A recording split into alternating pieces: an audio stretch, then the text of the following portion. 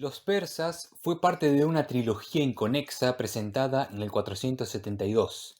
Es la única tragedia antigua conocida que transcurre en un evento contemporáneo, no en un pasado mítico y heroico. Se trata de la exitosa defensa de los griegos ante la invasión persa, particularmente durante la batalla de Salamina. Pero es fascinante cómo Esquilo mitifica este evento, incorporando sueños, profecías, castigos divinos, a medida que le presta atención al sufrimiento de los persas. Quizás hubo personas en la audiencia que participaron en la batalla de Salamina solo 8 años antes. Temístocles, el general ateniense, a quien Esquilo no menciona en los persas, seguía vivo, pero mientras la obra se estrenaba, él estaba metido en un altercado político que más tarde terminó en su ostracismo. En la obra, un mensajero transmite a la reina de Persia las desastrosas noticias de la derrota, causada tanto por el coraje de los griegos como por un escarmiento divino, por la pretensión de sobrepasar los límites del territorio. La obra culmina con el regreso del rey Jerjes, extenuado y humillado. Como en la película Das Boot, en Los persas, la idea no es simpatizar con la ideología del enemigo, sino con los humanos, en medio de una guerra terrible e incomprensible.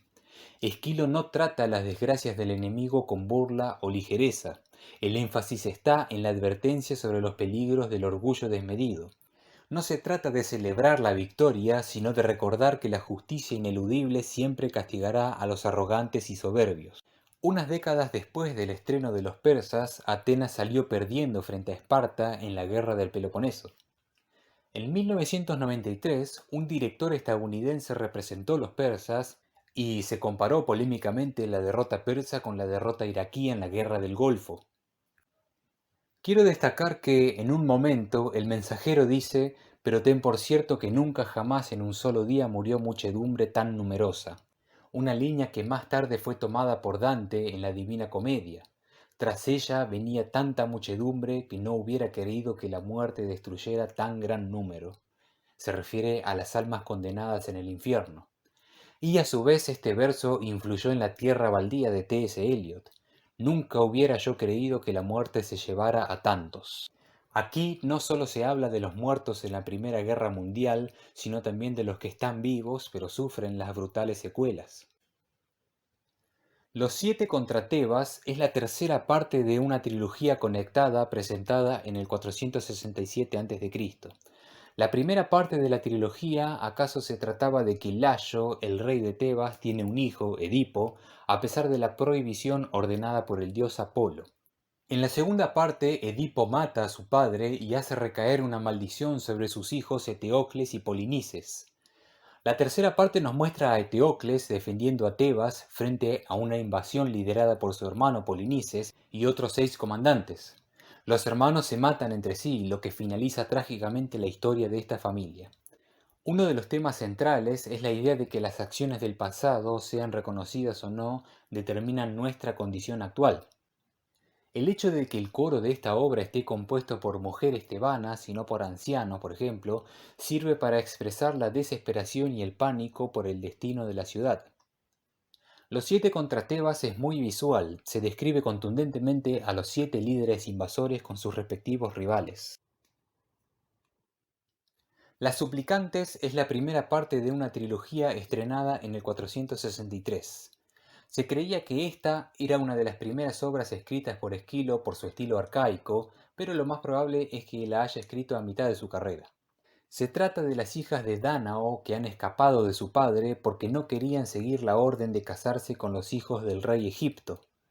Ellas se refugian en la casa de Pelasgo, el rey de Argos, quien se enreda en un grave dilema moral: proteger a las suplicantes o entregarlas para no provocar la ira de Egipto.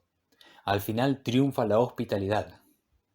En esta obra predomina la forma de ritual y el coro es el centro de la acción. Recordemos que el coro no solo es testigo, sino también participante de los hechos.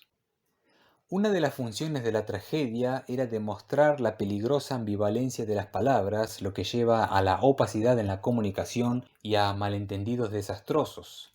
Por ejemplo, en las suplicantes, la palabra kratos o poder, cuando es dicha por Pelasgo, quiere decir autoridad justificada, pero cuando es dicha por las Danaides, quiere decir violencia y fuerza bruta.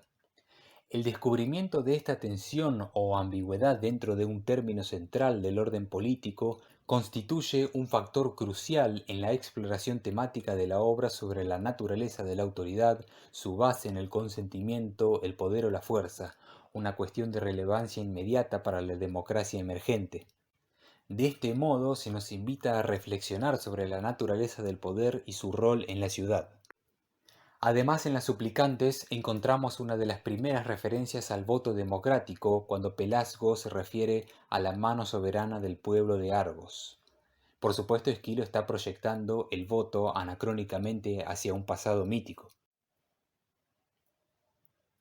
La Orestía es la única trilogía completa que tenemos dentro de todo el teatro trágico. Solía estar con la sátira Proteo, que hoy está perdida. Fue estrenada en el 458 a.C. Presenta una secuencia de acción impresionante como la del Anillo de los Nibelungos de Richard Wagner, quien se inspiró en Esquilo. En la primera parte, llamada Agamenón, el rey Agamenón vuelve a su hogar en Argos luego del exitoso saqueo de Troya y es asesinado por su sádica y transgresora esposa Clitemnestra para vengar la muerte de su hija Ifigenia, quien había sido sacrificada por Agamenón en un ritual que le hubiera beneficiado en su empresa. Clitemnestra le dio 2 puñaladas y lo remató con una tercera mientras él estaba en el piso, y también asesinó a Casandra, la concubina raptada de su esposo. Ella conspiró junto con su amante Egisto, el primo de Agamenón. Además, Agamenón así fue castigado por los crímenes de su padre Atreo. Esta tragedia se basa en la Odisea, pero Homero no nos explica por qué Clitemnestra sentía un odio terrible por su marido. En cambio, Esquilo nos da una representación más vívida y desarrollada de este personaje, uno de los más memorables de todo el drama ático y muy similar a Lady Macbeth en su despliegue de violencia. En un momento, el coro de ancianos le reza a Zeus, quien quiera que tú seas. Los dioses son fuerzas superiores que están más allá del entendimiento humano, impredecibles e incontrolables. La segunda parte de la Orestía es Las Coéforas. Se trata de la venganza de Orestes y Electra, los hijos de Agamenón. A pesar de no recibir la visita del fantasma de su padre, como sí le pasó a Hamlet, Orestes siente el imperativo de actuar por los muertos. Por orden directa de Apolo, Orestes mata a Egisto y a Clitemnestra, cuyos reclamos de piedad son ignorados. Clitemnestra mantuvo su amargura y falta de remordimiento hasta último momento. Sus últimas palabras hacia su hijo fueron: «Ay de mí que parí esta serpiente y la crié». Orestes intenta autojustificarse, pero las erinias, las personificaciones femeninas de la venganza, lo atormentan y le increpan la sangre derramada de su madre. Homero tampoco menciona este último detalle. ¿Saben Orestes y Hamlet lo que están haciendo? ¿Realmente están convencidos de que están impartiendo justicia sobre esta tierra maldita? ¿Son conscientes de las implicaciones de sus acciones? Cabe notar que los personajes de Electra y Orestes aparecen en Esquilo, Sófocles y Eurípides, pero cada uno expone una perspectiva distinta, a pesar de que las acciones son las mismas, ya que cada vez que una historia sea relatada o un texto sea representado será diferente y en cierto sentido reescrito. La última parte de esta trilogía es las Euménides. Orestes se refugia en el santuario de Apolo, donde el oráculo le ordena ir hacia Atenas para someterse a un juicio por el matricidio. Atenea es la jueza, las erinias son la parte acusadora y Apolo es el abogado defensor y representante de Zeus. El jurado se divide, por lo que Atenea tiene la última palabra. Ella absuelve a Orestes y pacifica a las erinias, lo que pone fin a este ciclo de venganza a través de la ley y el orden. Parecía que la ley del ojo por ojo iba a seguir indefinidamente hasta la sanción de la justicia divina. Hoy en día estamos demasiado acostumbrados a los dramas legales televisivos, pero en los tiempos de Esquilo representar un juicio en un teatro fue una idea muy original y fue una forma de introducir la vida civil en el teatro. La educación política en valores democráticos era una urgencia en aquella época, sobre todo con respecto a la precaución ante los discursos dulces que llevan al desastre de forma encubierta, como les pasó a Agamenón y a Clitemnestra. Pero Esquilo no solo quiso hacer un reflejo de los valores cívicos, sino también investigar la naturaleza de la justicia en sí. No es sencillo formar una comunidad consciente y no hay salidas fáciles ante los conflictos humanos. La Orestía nos enseña que la venganza se justifica a sí misma, no acepta argumentos racionales y se rehúsa a enterrar bien a los muertos, por lo que inexorablemente desemboca en el desastre y en más muerte. Frente a esto hay una frágil democracia que parece que no puede resolver tan simplemente las profundas penas humanas que surgen de la injusticia. Alcanza con las penas judiciales para mitigar la inmensa angustia ante los efectos del crimen o la tragedia. Es imposible liberarnos totalmente de nuestro pasado y de nuestros muertos, pero podemos esforzarnos por hacer justicia lo mejor posible en nuestro paso por esta vida. Evidentemente, Esquilo plasmó el espíritu político de su tiempo en la obra, puesto que un jurado demócrata contribuye a la liberación de Orestes, de modo que se realiza una síntesis entre valores míticos tradicionales y preocupaciones sociales actuales.